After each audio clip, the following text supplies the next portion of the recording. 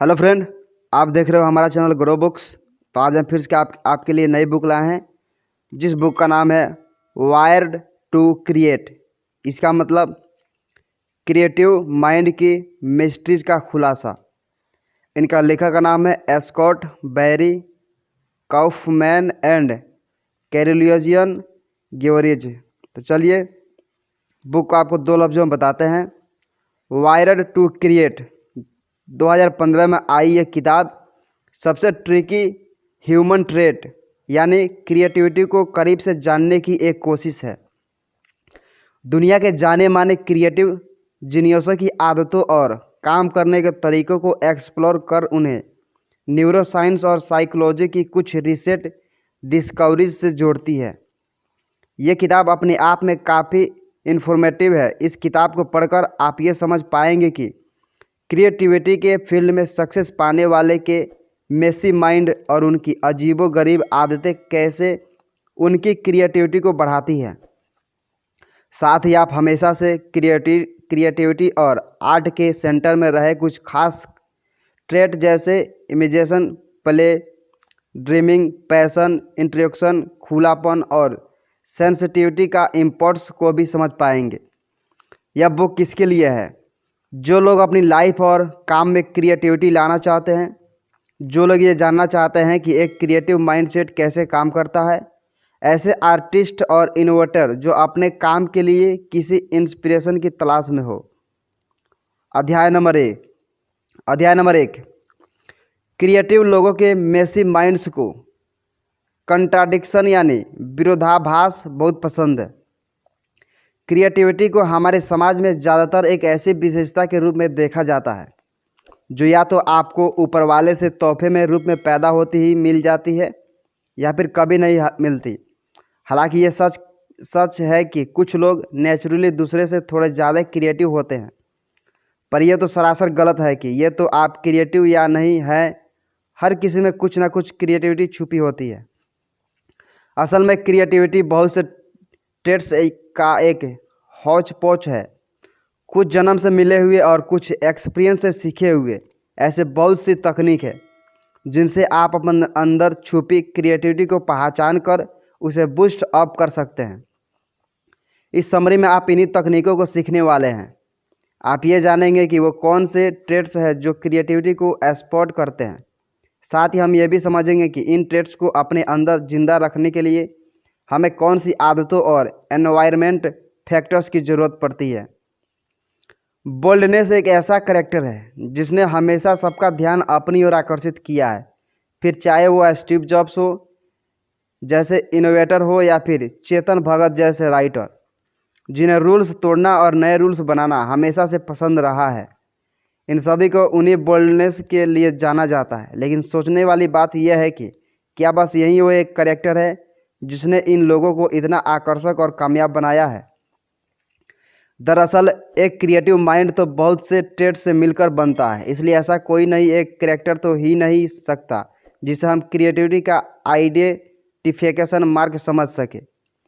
1960 के दशक में साइकोलॉजिस्ट फ्रैंक बोरेन ने उस समय के कुछ फेमस क्रिएटिव लोगों पर स्टडी की और पाया कि हर क्रिएटिव माइंड अपने आप में कुछ अलग होता है और क्रिएटिविटी का कोई एक खास सोर्स नहीं हो सकता। शुरुआती दौर में ये माना जाता है कि IQ और क्रिएटिविटी एक दूसरे से सीधा संबंध रखते हैं, लेकिन ब्राउन के एक्सपेरिमेंट ने साबित कर दिया कि ब्रेन पावर तो बस क्रिएटिविटी के लिए बहुत ज़रूरी से फैक्ट्स में एक है। ज़्यादातर क्रिएटिव लोग अपने आप में अनोखे और कंट्राडिक्टरी होते हैं। जब बेहतरीन लेखकों के एक ग्रुप को साइकोपैथोलॉजी और मेंटल इलनेस के लिए एग्जामिनेशन किया गया तो उन सब ने एवरेज से ज़्यादा स्कोर किया। साथ ही साथ जब उन सब का मेंटल लेवल चेक किया गया तो तभी उन सबको एवरेज से ज़्यादा स्कोर मिले।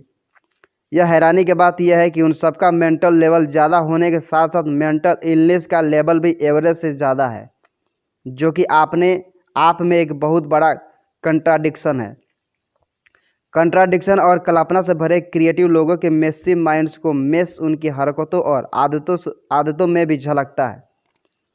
पेंटर पाब्लो पिकासो ने अपने मास्टरपीस गुइनिका पर काम करने के दौरान कोई क्लियर प्लान फॉलो नहीं किया। वो बस अपना सारा समय और फैक्ट सोचने और स्केचों को सुधारने में लगाया करते थे। लोगों को लगता था कि वो बस अपना समय बर्बाद कर रहे हैं। उनके शुरुआती स्केचों में से बस कुछ ही उनका फाइनल पेंटिंग में देखने को मिला, बाकी सब एक कबाड़ के ढेर में बदल गई। इसका सीधा मतलब बस यही है कि क्रिएटिव लोग किसी खास शेड्यूल को फॉलो करने के बजाय उसे फॉलो करते हैं जो उनके काम की डिमांड होती है। तो वो बस अपने काम के लिए हिसाब से काम करते हैं। अध्याय नंबर 2, क्रिएटिव लोग जिन चीज़ों को लेकर पेशेंट होते हैं उनके प्रति बहुत झुकाव महसूस करते हैं। मैथ से कठिन सवालों को मन लगाकर सॉल्व करता एक मैथमेटिशियन, सुबह से शाम तक टाइप करता एक राइटर और बड़ी शिद्दत से अपने कैनवास पर रंग बिखेरता एक पेंटर। ये सभी लोग देखने में थोड़े पागल जरूर लगते हैं, लेकिन इन सब में एक चीज़ खास है, वो है इनका आर्टिस्टिक पैशन। अब सवाल उठता है कि आखिर ये आर्टिस्ट पैशन आता कहाँ से? तो इसका जवाब है कि ज़्यादातर क्रिएटिव लोगों ने अपनी लाइफ में कुछ ऐसा एक्सपीरियंस किया होता है जो उसके अंदर के पैशन को जगाकर उनकी लाइफ को एक डायरेक्शन देता है। अपनी लाइफ के किसी न किसी पॉइंट पर वो किसी ऐसे क्रिएटिव काम से जुड़ते हैं जो उनकी लाइफ पर गहराइयों से असर डालकर उनकी लाइफ का हिस्सा बन जाता है। उदाहरण के लिए जाने माने तबला वादक जाकिर हुसैन जी को ही ले लीजिए। बचपन से ही उन्हें म्यूजिक का शौक़ था और उनका ये शौक़ तब और बढ़ गया जब पहली बार उन्होंने अपने पिता अल्लाह रखा खान को तबला बजाते देखा। उन्होंने अपने पिता से मात्र 3 साल की उम्र में ये वादा लिया कि वो उन्हें तबला सिखाएंगे। उनकी ये मेहनत, लगन और पैशन उनके तबला बजाने के अंदाज में साफ झलकती थी। जब भी किसी क्रिएटिव इंसान की लाइफ में वो मोमेंट आता है जहाँ से उसे अपने पैशन का एहसास होता है कि हाँ, यही वो काम है जो हमेशा से करना चाहता था, तो उसके मन में उसका काम में मास्टरी हासिल करने का एक जुनून सवार हो जाता है, जिसे साइकोलॉजिस्ट एलन विनर ने रेज टू मास्टर का नाम दिया है। यही वो फीलिंग है जो अपने पैशन को कड़ी मेहनत और लगन से पूरा करने का इंस्पिरेशन देती है। बहुत से एक्स्ट्रा ऑर्डिनरी क्रिएटिव बच्चों पर रिसर्च करके अमेरिकन साइकोलॉजिस्ट मार्थो जे मोरेलोक ने पाया है कि जिस तरह बॉडी को ऑक्सीजन और खाने की ज़रूरत होती है, उसी तरह क्रिएटिव लोगों के ब्रेन को भी अपने पैशन से जुड़े कामों में एंगेज रहने की ज़रूरत पड़ती है। इसके बिना वो बेचैन महसूस करते हैं। शायद इसलिए क्रिएटिव कामों को करने के लिए जिस मेहनत और लगन की ज़रूरत पड़ती है, उसे करने में क्रिएटिव लोगों को उतनी मुश्किल भी नहीं आती, क्योंकि वो उनके लिए एक न्यूरोलॉजिकल नीड की तरह है। एक लॉन्ग टर्म स्टडी में साइकोलॉजिस्ट ई पॉल टोरेस ने पाया है कि ज़्यादातर लोगों का पैशन बचपन में ही डिसाइड हो जाता है। प्राइमरी स्कूल में एडमिशन लेने वाले बच्चों पर की गई इस स्टडी में उन्होंने देखा कि ज़्यादातर बच्चों ने अपना पर्सनल पैशन डिसाइड कर लिया है और ये पैशन बड़े होने तक उनके साथ रहता है, या तो उनका शौक बनकर या उनका करियर। टोरेस के स्टडी से ये भी पता चला है कि जो बच्चे एकेडमिक्स में तो अच्छे थे, लेकिन जिनका पर्सनल पैशन नहीं था, उन्हें क्रिएटिव सक्सेस उन लोगों के मुकाबले कम मिली जिन्होंने अपना पैशन बचपन में ही डिसाइड कर लिया था। क्रिएटिव लोग नेचर से सेंसिटिव और प्रेसेटिव होते हैं। जब एक रॉक स्टार लोगों से भरे स्टेडियम में परफॉर्म कर रहा होता है या एक एक्टर स्टेज पर डांस मूव्स दिखाता होता है, तो उन्हें देखकर लगता है कि जैसे ये आत्मविश्वास से भरे हुए हैं और इतने सारे लोगों के सामने उन्हें ज़रा भी डर नहीं लग रहा है। जबकि असल में आर्टिस्टों की पर्सनालिटी इससे एकदम अलग होती है। वो लोग काफ़ी शर्मीले और सेंसिटिव होते हैं। साइकोलॉजिस्ट जेनिफर ओ ग्रिम्स ने मेंटल म्यूजिक फेस्टिवल में आए म्यूजिशियनों का इंटरव्यू लिया और पाया कि उनकी सुनने की शक्ति काफ़ी तेज़ थी। किसी भी ओरल स्टिमुलाई के प्रति उनकी सेंसिटिविटी इतना ज़्यादा थी कि वो छोटे छोटे से साउंड को भी सुन सकते थे और वो किस तरफ से आ रही थी ये बता सकते थे। हालांकि कुछ साइकोलॉजिस्ट जैसे जेरोम कैगन का मानना यह है कि सेंसिटिविटी बायोलॉजिकल है और 10 से 20 नवजात बच्चों में भी हाइपर एक्टिव नर्वस सिस्टम देखने को मिलता है और ये सेंसिटिविटी उसी का नतीजा है। साइकोलॉजिस्ट एलन एरोन के अनुसार सेंसिटिव लोग बाकियों के मुकाबले ज़्यादा इन्फॉर्मेशन प्रोसेस कर सकते हैं और ये उनके क्रिएटिव कामों के लिए एक परफेक्ट फ्यूल की तरह है। पर ऐसा ज़रूरी नहीं है कि अगर आप हाइपर एक्टिव नर्वस सिस्टम के साथ हो और आप अधिक सेंसिटिव हो तो आप क्रिएटिव भी होंगे। रिसर्चर डारिया जेबेलिनी का कहना था कि भले ही सेंसिटिव लोगों के क्रिएटिव होने की संभावना ज़्यादा है, लेकिन सेंसिटिव लोगों के साथ एक दिक्कत ये भी है कि वो अपने आसपास की सेंसरी इन्फॉर्मेशन को फिल्टर नहीं कर पाते। उनके आसपास की आवाज़ें जैसे गाड़ियों की हॉर्न, किसी के कदमों की आहट, ये सब उन्हें आसानी से डिस्ट्रैक्ट कर सकते हैं। कुछ भी कह ले, लेकिन सेंसिटिविटी के अपने ही कुछ फ़ायदे हैं। साइकोलॉजिस्ट डब्ल्यू थॉमस बॉयस और ब्रूस एलिस का मानना है कि बायोलॉजिकल सेंसिटिविटी इन कंसेप्ट पर अपने आप में एक बहुत फ़ायदेमंद ट्रेट है, जो अलग अलग सिचुएशन में हमारी मदद के लिए विकसित हुआ है। यह कभी हमें आने वाले खतरों के लिए आगाह करता है, तो कभी एक फ़ायदेमंद सोशल रिलेशनशिप को अपने बनाने में हमारी मदद कर सकता है। अध्याय नंबर 3, क्रिएटिव लोग नए एक्सपीरियंस के स्वागत के लिए हमेशा तैयार रहते हैं और यही उनके इंस्पिरेशन का सोर्स बनता है। क्या आपके साथ कभी ऐसा हुआ है कि आप किसी नई सिटी या नई जगह पर गए हो और ख़ुद को नए आइडियाज़ और थॉट से भरा पाया हो? ये सच है कि नई जगह और नई सीन हमारे माइंड को रिफ्रेश कर हमें नया नज़रिया देता है। लेखक में से एक स्कॉट बेरी कॉफमैन द्वारा की गई एक रिसर्च से पता चलता है कि अनजान चीज़ों को सीखने, एक्सप्लोर करने और उनके साथ जुड़ने की लालक क्रिएटिव सक्सेस के लिए IQ का कंट्राडिक्टिव सोच से भी ज़्यादा जरूरी ट्रेट है। नई चीज़ों को जानने की चाहत ये तो शुरू से ही ह्यूमन नेचर के न्यूरोलॉजिकल सिस्टम में फीड रही है। यहाँ तक कि हैप्पीनेस से जुड़ा न्यूरोट्रांसमीटर डोपामाइन भी नई चीज़ों को एक्सप्लोर करने की क्षमता से काफ़ी कुछ जुड़ा है। लेकिन डोपामाइन की मात्रा को बढ़ाकर आनंद का अनुभव करने के लिए हमें किसी बड़ी घटना का इंतज़ार करने की ज़रूरत नहीं है। अगर हम ये सोचते हैं कि हम कुछ मज़ेदार कर सकते हैं या देख सकते हैं, तो इस इमेजिनेशन और थॉट से ही हमें डोपामिन का एक किक मिल जाता है। नई और अनजान चीज़ों को मेंटली और फिजिकली एक्सप्लोर करने के डिजायर को ही साइकोलॉजिकल प्लास्टिसिटी कहते हैं और ये सब शुरू होता है डोपामिन से। डोपामिन क्रिएटिविटी को और भी कई तरीक़ों से इफ़ेक्ट करता है। जैसे जिन लोगों से डोपामिन और प्रोडक्शन ज़्यादा होता है उन्हें बहुत ही कलरफुल और रोमांचक सपने आते हैं और ऐसा माना जाता है कि जिन्हें इस तरह के सपने आते हैं वो नए एक्सपीरियंस को ज़्यादा अच्छे से फील कर सकते हैं। इसलिए हम ये कह सकते हैं कि डोपामिन और एनवायरमेंटल सेंसिटिविटी एक दूसरे से बहुत गहराई से जुड़े हैं। पर एक नए थॉट्स और एक्सपीरियंस को फील करके केवल एक केमिकल प्लेजर ही नहीं मिलता, बल्कि इसमें नए कनेक्शन भी बनते हैं और नए आइडियाज़ भी आते हैं।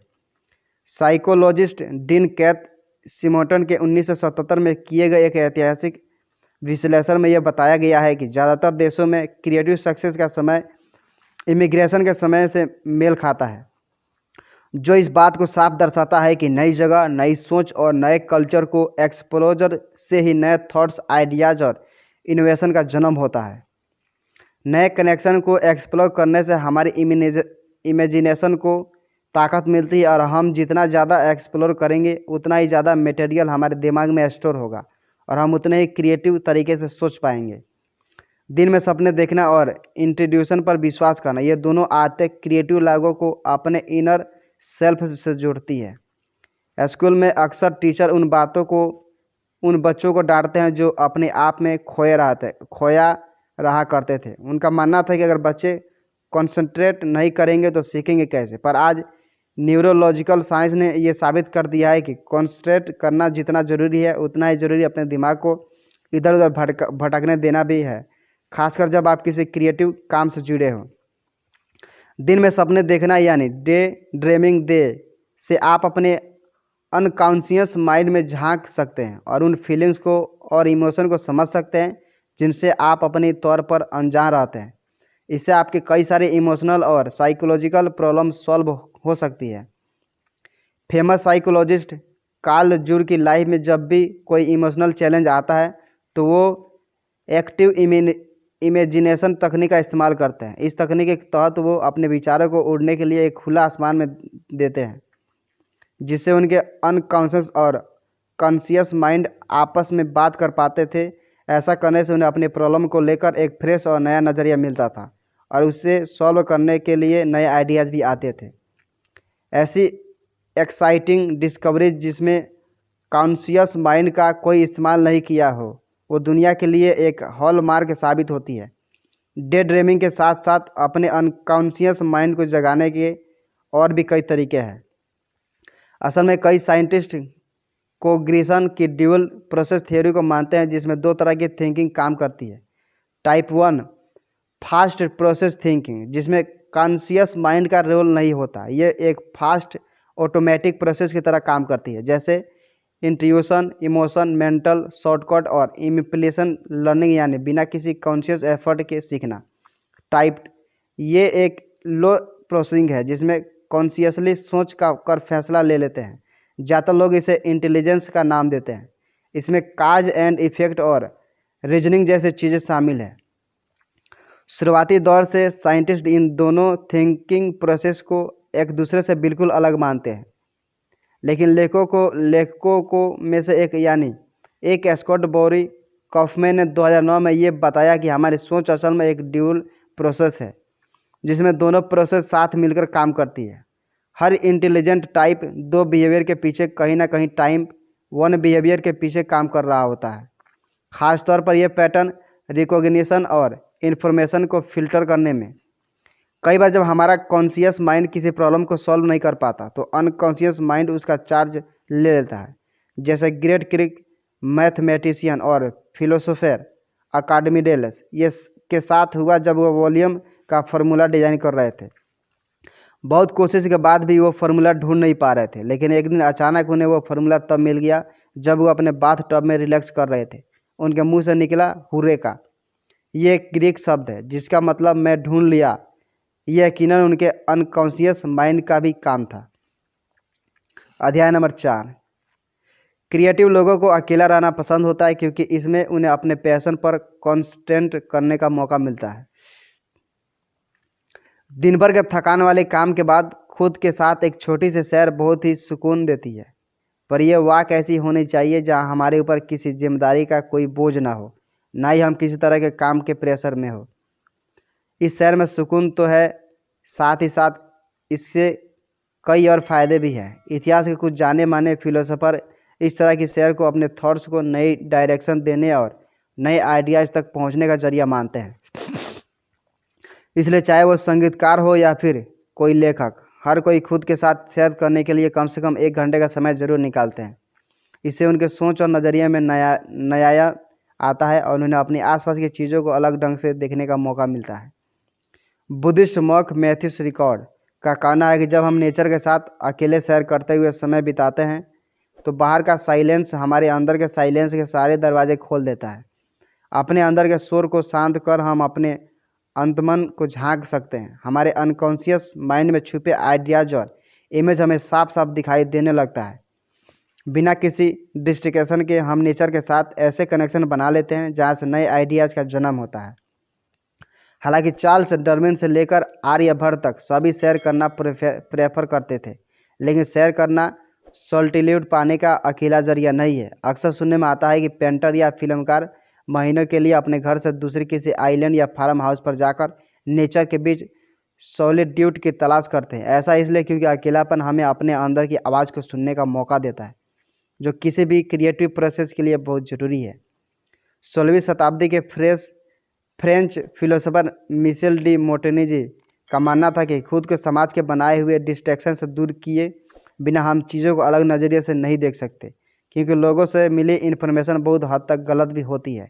इसलिए मिशेल का कहना था कि भीड़ की छुआछूत वाली सोच से बहुत दूर खतरनाक है। मिशेल ये अच्छी तरह जानते थे कि ज़्यादातर लोगों की ज़िंदगी एक ऐसे काम को करने में गुजरती है जो दूसरों को फ़ायदे पहुंचाती है। इसलिए लाइफ के एक टुकड़े को अपने लिए भी बचा कर रखना ज़रूरी है, ताकि दूसरे रिश्तों के साथ साथ अपने आप के साथ भी रिश्ता निभा सके। क्रिएटिव लोग अपनी बदकिस्मती को भी खुशकिस्मती में बदलते हैं, क्योंकि उन्हें बुरे वक्त से सीखना आता है। जब भी हम किसी आर्टिस्ट के बारे में सोचते हैं तो हमारे मन में एक ऐसा सोच में डूबे हैं डिप्रेस से व्यक्ति की इमेज उभर कर आती है, जो अपनी ख्वाहिशों के बोझ तले दबा हुआ सब कुछ ढूंढता रहता है। आखिर क्यों? एक क्रिएटिव इंसान को लोग सफरिंग आर्टिस्ट की तरह मानते हैं। शायद इस मान्यता का सेंट्रल आइडिया यही है कि सफरिंग से ही सेल्फ ग्रोथ का रास्ता निकलता है। इसलिए कहा गया है कि no pain no gain. Researcher Richard Tedeschi और लॉरेंस कोल्हन ने इस ग्रोथ को पोस्ट ट्रॉमेटिक ग्रोथ का नाम दिया। दोनों ने 300 से ज़्यादा लोगों पर इस फोनोमेन स्टडी की और पाया कि लगभग 70% लोगों में ट्रामा के बाद पॉजिटिव साइकोलॉजिकल बदलाव देखने को मिले। टेडेंची और कोल्हन के अनुसार यह बदलाव इसलिए आता है क्योंकि रियल लाइफ ट्रामा लोगों को उनके पुराने बिलीफ सिस्टम पर सवाल उठाने के लिए मजबूर कर देते हैं। व्यक्ति अपने अंदर झांकना शुरू कर देता है, जिससे उसे अपनी कमियां साफ दिखाई देने लगती है। ट्रामा से बचे लोगों का अक्सर दुनिया के प्रति नज़रिया कुछ बदला सा जाता है। हालांकि ये बदलाव लाना इतना आसान नहीं है, लेकिन इसमें एक बड़ी पर्सनल ग्रोथ का रास्ता खुल जाता है। अगर हम मुश्किल वक्त में भी लाइफ का पर्पस ढूंढने में कामयाब हो जाते हैं तो मुश्किलों से लड़ना और उसे फेस करना काफ़ी आसान हो जाता है। जैसे ड्राउने कंसंट्रेशन कैंप से बच निकले, विक्टर का फ्रांकल में मौत से भी बदतर, उस कैंप में भी लाइफ के पर्पस को ढूंढकर इतने बड़े ड्रामा को भी एक लाइफ ट्रांसफॉर्मिंग अपॉर्चुनिटी के बदल दिया। कुछ ऐसी घटना होती है जो कि एक आर्टिस्ट अपनी असफलता को सफलता की सीढ़ी बना लेता है। साइकोलॉजिस्ट मैरी फोर्गन ने लगभग 300 लोगों पर अध्ययन करके ट्रामा और क्रिएटिविटी के बढ़ने के बीच के पेंसिस लीक होने की हाइपोथेसिस दी। अध्ययन के तहत सभी 300 लोगों सबसे पहले उनके लाइफ के सबसे ट्रामिक एक्सपीरियंस के बारे में पूछा गया। फिर उनसे पूछा गया कि क्या उस घटना के बाद उनकी क्रिएटिविटी और सोच में कुछ बदलाव आया। मेरी ये जानकर हैरान हो गई कि ट्रामा जितना बड़ा और गहरा था, पोस्ट ट्रामेटिक क्रिएटिविटी भी उतनी बढ़ गई थी। यह इस बात की ओर इशारा करता है कि क्रिएटिविटी हालांकि प्रोसेस का एक हिस्सा है। बहुत से रियल लाइफ आर्टिस्ट एक हाइपोथेसिस को सच साबित करते हुए जब फेमस पेंटर पॉल कली को यह पता चला कि उन्हें टर्मिनल स्टेज में ऑटोइम्यून बीमारी है तो वो बस रात दिन अपने कैनवास में डूबे रहना पसंद करते थे ताकि वो अपनी बीमारी का दुख ना महसूस कर सके। लगभग 1 साल बाद बीमारी के कारण उनके हाथ ने काम करना बंद कर दिया, लेकिन इस साल उन्होंने लगभग 1200 पेंटिंग बना डाले, जिनमें कुछ उनकी लाइफ की सबसे बेहतरीन पेंटिंग्स में शुमार हुई। मुश्किलें हमें मजबूर करती है हम खुद पर फिर से विचार करें, खुद को फिर से बनाएं, अपनी कमजोरियों पर काम करें, उसे ताकत में बदल दें और मुश्किल वक्त से निकलकर उसे एक अपॉर्चुनिटी में बदल दें। अध्याय नंबर 5, अपनी क्रिएटिविटी को बढ़ाने के लिए हर गुजरते हुए पल में अटेंटिव रहना जरूरी है। बस या ट्रेन में सफ़र करते समय हमें अपने आसपास के ज़्यादातर लोग फ़ोन या किसी और डिजिटल डिवाइस में नज़र गड़ाए हुए मिलते हैं। हम एक डिस्ट्रैक्टेड सी ज़िंदगी जीते हैं जहां हम स्मार्टफोन और डिजिटल दुनिया में खोए हुए रहते हैं। क्या आप जानते हैं कि एक एवरेज स्मार्टफोन यूज़र कम से कम दिन में 10 बार अपना फ़ोन देखता है। यह बात सच है कि आज के दौर में हम पूरी तरह से डिजिटल दुनिया से दूरी तो नहीं बना सकते, क्योंकि आज ये हमारी ज़रूरतों में शामिल है, लेकिन हम इसका इस्तेमाल कम से कम ज़रूर कर सकते हैं। साथ ही हम मेडिटेशन जैसी तकनीकों से प्रेजेंट मोमेंट में जीना भी सीख सकते हैं, जिसे माइंडफुलनेस कहा जाता है। एप्पल के पूर्व हेड स्टीव जॉब्स भी मेडिटेशन में विश्वास रखते हैं। उन्होंने जेन माइंड बिगिन्स माइंड जैसे किताबों के लेखक सुन्नी सुजुकी से मेडिटेशन सीखा। वो ये मानते हैं कि मेडिटेशन ने उनके माइंड के अंदर एक ऐसी मेंटल स्पेस बनाई जहां इंट्यूशन और आइडियाज़ पनप सकते हैं, और इसी डिस्ट्रैक्शन की स्पेस को वो अपनी सारी क्रिएटिविटी का सोर्स मानते थे।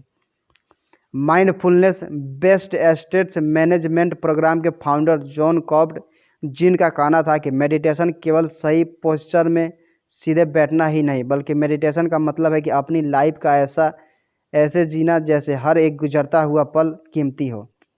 यूँ तो मेडिटेशन के बहुत से तरीके हैं, पर आपको मेडिटेशन के कौन सा स्टाइल अपनानी चाहिए इस बात पर डिपेंड करता है कि आप मेडिटेशन क्या चाहते हैं। ज़्यादातर लोग फोकस्ड अटेंशन मेडिटेशन करते हैं, जिसमें हम किसी एक चीज़ पर फोकस करते हैं, जैसे आपकी सांसें या हार्ट बीट पर। इस तरह के मेडिटेशन वैसे तो बहुत कारगर है, लेकिन क्रिएटिव लोगों के लिए उतनी फ़ायदेमंद नहीं है। साइकोलॉजिस्ट जोनाथन एस्कुल के रिसर्च में से ये सामने आया कि केवल एक ही चीज़ पर फोकस कर बाकी को भूलने से क्रिएटिविटी कम होती है। इसलिए क्रिएटिव लोग अपने मॉनिटरिंग मेडिटेशन सिस्टम का इस्तेमाल कर सकते हैं। इसमें हमें किसी खास चीज़ पर फोकस करने के बजाय अपने माइंड को यहाँ वहाँ घुमाते के लिए आज़ाद कर देते हैं। इस दौरान हमारे माइंड में जितने भी थॉट्स आते हैं उन पर हम फोकस नहीं करते, बल्कि उन्हें स्वीकार कर अगले थॉट की तरफ बढ़ जाते हैं। साइकोलॉजिस्ट का कहना है कि यह तकनीक क्रिएटिविटी को काफ़ी हद तक बढ़ाती है। कोग्निटिव साइकोलॉजिस्ट लॉरेंज कोलोजोटर ने इस हाइपोथेसिस को टेस्ट करने के लिए अपने मॉनिटरिंग और फोकस्ड अटेंशन मेडिटेशन करने वाले लोगों के ग्रुप्स पर स्टडी की। उन्होंने 2 टेस्ट किए। पहला था डाइवर्जेंट थिंकिंग टेस्ट, यानी एक ही प्रॉब्लम के अलग अलग सॉल्यूशन निकालने की कैपेसिटी। दूसरा था कन्वर्जेंट थिंकिंग टेस्ट, यानी किसी प्रॉब्लम का एक सही सॉल्यूशन निकालना। इसमें कोई हैरानी की बात नहीं थी कि हमें ओपनिंग मेंटरिंग मेडिटेशन करने वाले ने डाइवर्जेंट थिंकिंग में ज़्यादा स्कोर किया। अपनी सोच और आदतों को बदलकर क्रिएटिव लोग नई अपॉर्चुनिटी को ढूंढ ही लेते हैं, चाहे वो सुबह की चाय प्याला हो या काम के बाद टेस्ट बस्टर के तौर पर टीवी देखना। हम सब अपनी आदतों से काफ़ी हद तक जुड़े होते हैं। वो हमारी रोज़मर्रा की लाइफ का एक हिस्सा बन जाता है। लेकिन इन आदतों को समय समय पर बदल कर हम अपनी क्रिएटिविटी को बढ़ा सकते हैं। आइए देखते हैं कैसे। एक ही जैसे रूटीन को लंबे समय तक फॉलो करने से हम फंक्शनल डिफरेंस के शिकार हो सकते हैं, यानी हमारा दिमाग एक सिग्नल सेंट तरह से ही सोचने लगेगा। अपनी रोज़मर्रा की रूटीन में छोटे छोटे बदलाव लाकर हम इस फिक्स्डनेस को तोड़ सकते हैं। जैसे किसी दिन चाय की जगह कॉफ़ी पी ली, या किसी दिन लैपटॉप पर नेटफ्लिक्स देखने के बजाय कोई किताब उठा ली। लेकिन इन आदतों को बदलना भी एक बहुत बड़ा चैलेंज है। हार्वर्ड यूनिवर्सिटी के हुए इस अध्ययन के अनुसार लगभग 80% एडल्ट अलग तरीके से सोचना तो चाहते हैं, लेकिन ये उन्हें एक धक्का देने वाली गोल की तरह लगती है। लेकिन क्रिएटिव लोगों के साथ बात थोड़ी अलग है। उनकी कोशिश में ही असर छुपा है। देखा गया है कि इनोवेटर टाइप के लोग बाकियों की तुलना से अपने समय का 50% हिस्सा नए तरीके से सोचने में बिताते हैं। बिजनेस प्रोफेसर जेफ डायर और हाल ग्रेगसन ने कहा है कि बस अलग सोचने के क्रिएटिविटी प्रयास से ही काफ़ी अच्छे रिजल्ट मिलना शुरू हो जाता है। फिक्स्ड रूटीन को बदलाव का मतलब केवल पुरानी आदतों को छोड़ना ही नहीं, बल्कि नई आदतों को अपनाना और नए अनुभवों को खुले दिल से स्वागत करना भी है।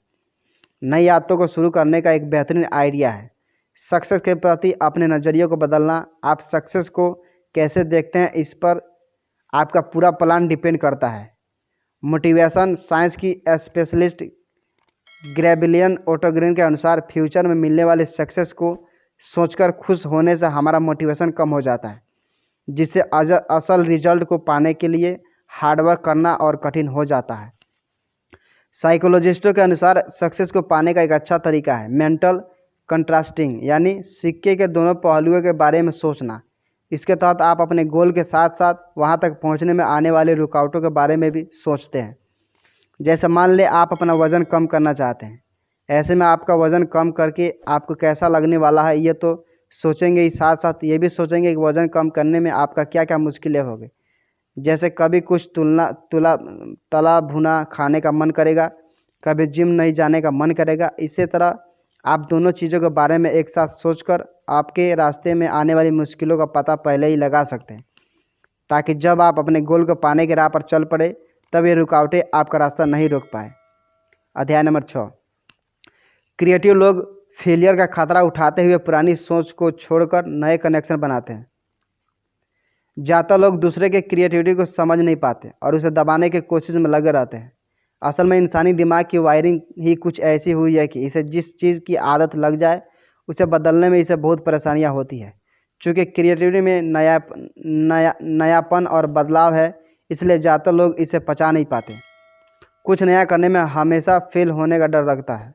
16वीं शताब्दी फिलोसोफर, मैथमेटिशियन और एस्ट्रोनॉमर गिलियर्मो बुनो इसका एक बेहतरीन उदाहरण है। जब उन्होंने कहा कि यूनिवर्स अनंत है, तो उस समय के साइंटिस्ट, जो कि पृथ्वी की ही यूनिवर्स के सेंटर मानते थे, उन्हें यह बात बहुत अजीब और पागलपन से भरी लगी। इसका नतीजा ये हुआ कि गिलियर्मो को उनके पद से हटा दिया गया और इटली छोड़कर चले जाने की सज़ा सुनाई गई। जब गिलियर्मो बुनो इतनी सज़ा मिलने पर भी अपनी बात पर अड़े रहे तो उन्हें जिंदा जला दिया गया। और आज जब विज्ञान इतनी तरक्की कर चुका है तो हम ये समझते हैं कि उनकी बातें और उनका विजन एकदम सही था। आज अपने विजन के लिए उन्हें क्रिएटिव जीनियस कहा जाता है। लेकिन जीनियस होने का मतलब बिल्कुल नहीं है कि आपको हर आइडिया सही और शानदार होगा। साइकोलॉजिस्ट डीन कीथ सिमोसन के अनुसार जीनियस लेवल के लोगों में काफ़ी वेरिएशन देखने को मिल सकते हैं। उन्हें कुछ आइडियाज़ तो एकदम शानदार होते हैं, वहीं कुछ टोटल फेलियर। लेकिन क्रिएटिविटी के लिए ये सब बात मैटर नहीं करता कि आपका आइडिया फेल होता है या पास, बल्कि ज़रूरी यह है कि आपकी प्रोडक्टिविटी और आप कितने नए नए आइडियाज़ सोच पाते हैं। इसलिए फेलियर और रिजेक्शन को स्वीकार कर उसे फेस करने के लिए तैयार रहना क्रिएटिविटी सक्सेस पाने का ही एक हिस्सा है। जॉन हॉपकिंस यूनिवर्सिटी की एक रिसर्चर में प्रोफेसर शेरोन किम ने स्टूडेंट्स को 2 ग्रुप्स में डिवाइड कर दिया। पहले ग्रुप को इंडिपेंडेंट माइंडसेट के साथ काम करने को कहा, दूसरे ग्रुप को ओरिएंटेड माइंडसेट के काम करने को कहा। दोनों ग्रुपों को किसी दूसरे ग्रह के प्रणाली का चित्र बनाने को कहा गया है। चूँकि इंडिविजुअल माइंडसेट वाले ग्रुप में किसी को किसी प्रकार के क्रिटिसिज्म का डर नहीं था और वो अपने माइंड से सोच सकते थे, इसलिए इस बात की पूरी संभावना थी कि वह कुछ अजीब और ओरिजिनल बनाएंगे, और हुआ भी यही इंडिविजुअल माइंडसेट वाले ग्रुप ने बड़े ही अजीब और इंटरेस्टिंग कैरेक्टर बनाए। कुल मिलाकर क्रिएटिविटी किसी एक ट्रेट या एक पार्टिकुलर सेंट ऑफ एक्सपीरियंस से नहीं आती, बल्कि क्रिएटिव लोगों को विचार और काम करने का तरीका काफ़ी कंट्राडिक्शन से भरा होता है। लेकिन हम में से कोई भी अपने क्रिएटिविटी को पहचान कर उसे निखार सकता है। बस ज़रूरत है कुछ ज़रूरी स्ट्रेटजी पर काम करने की, जैसे खुद के साथ कुछ समय बिताकर सॉलिट्यूड का तुल्फ उठाना, मुश्किलों में लाइफ का पर्पस ढूंढ निकालना, प्रेजेंट मोमेंट में जीना सीखना और अपने मन में चल रहे थॉट्स, आइडियाज़ और इंट्यूशन को ध्यान से समझना। क्या करें? अपने साथ हमेशा एक नोटबुक रखें। एक नोटबुक लेकर उसमें दिन भर में आए आइडियाज़, थॉट्स और इंस्पिरेशन को नोट डाउन करने से आप अपने मन में चल रही बातों में से एक करीबी रिश्ता बना सकते हैं। इससे उन्हें समझकर किसी बड़े आइडियाज़ को शेप को देने में आसानी होगी।